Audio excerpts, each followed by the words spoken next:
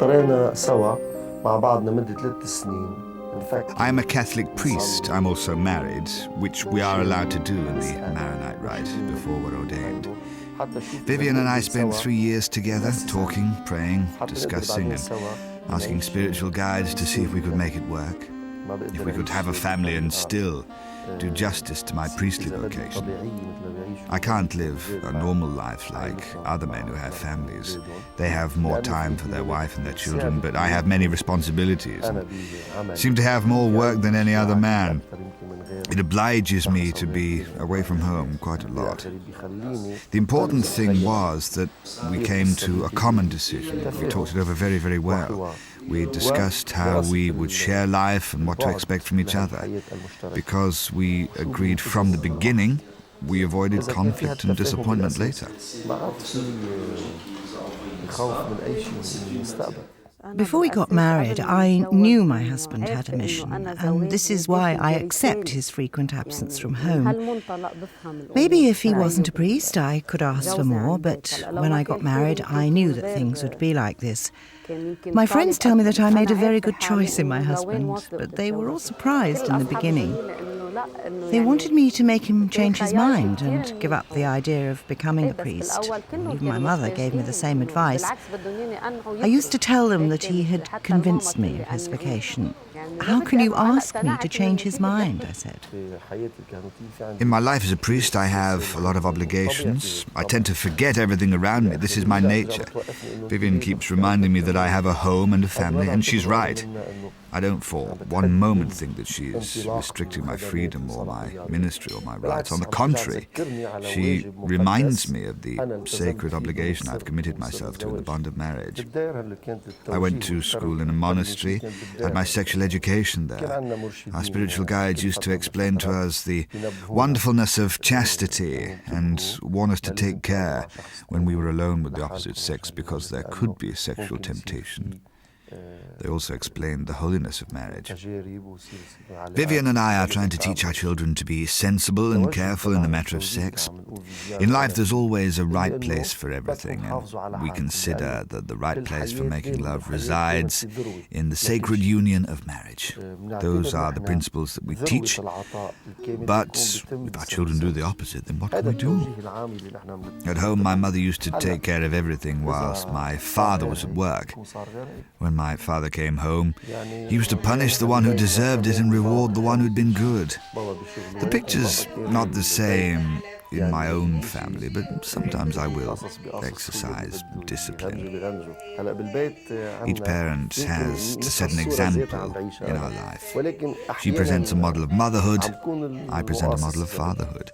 We discuss these things together, but she has certainly more to do with the children than I have. إلى آخره وبيصير في تشاور بهالأمور هذه بس هي أكيد موجودة أكثر مع الأولاد منها. I always feel that in the family it's more the role of the mother to take care of the children. Fathers like to pamper them. I don't like the woman to be away for a long time. I think she should only have a part-time job. And this is why teaching suits me well, because I get holidays at the same time as my children. What I have in common with my husband and the things in which we complement each other outweigh our differences. Usually we have the same point of view on basic matters, although we may disagree on small ones. It happens at times when we don't agree on something, that he hesitates and doesn't put his foot down.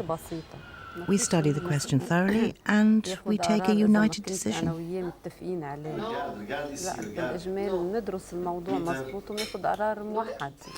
I'd say Viviane and I complement each other. I see her as a real woman with femininity, tenderness, and at the same time I find her a responsible partner. I know I can count on her. On some occasions, before I can express my view, she will take the initiative and make a decision, and I'm stuck with it. But on the whole, I'm happy that she has so much trust in me. I tend to get nervous about things. Let's say there's a problem concerning the education of the children. I will worry, but she's the one who stays calm and patient. And then I often decide to leave the subject. So I stop talking about it and I keep my distance and let her sort it out on her own. But finally, we will talk it over and we will come to a common position.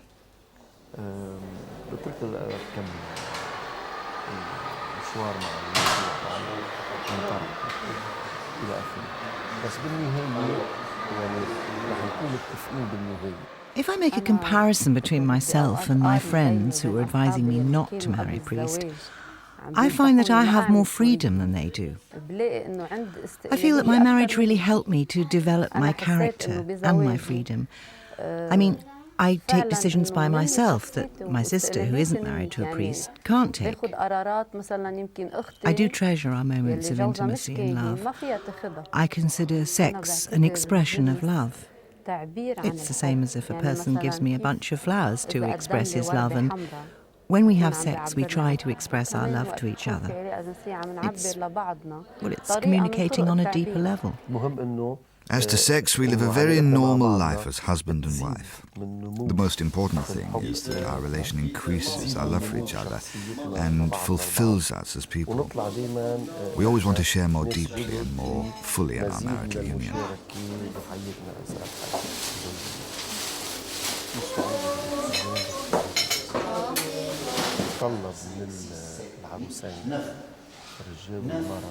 A Christian marriage isn't easy because it requires from both partners a lot of faith and a lot of Christian commitment. Couples need good formation in order to live their Christian marriage well. Whenever I interview a couple that wants to marry, I ask many questions, and each one is related to a specific side of human life. I'm using my own experience of marriage to ask specific questions that will make them think. The opposite's also true. From my experience in the parish, I know the weak points of marital life in the family.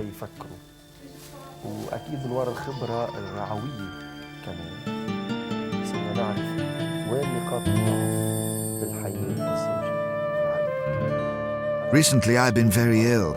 I went through some critical phases. Twice I almost died. It gave Viviane and me a chance to speak about death as we talk about other things. Both of us will die, but the one who dies last will continue to care for our family. We talked about these things openly because we have to prepare ourselves for death.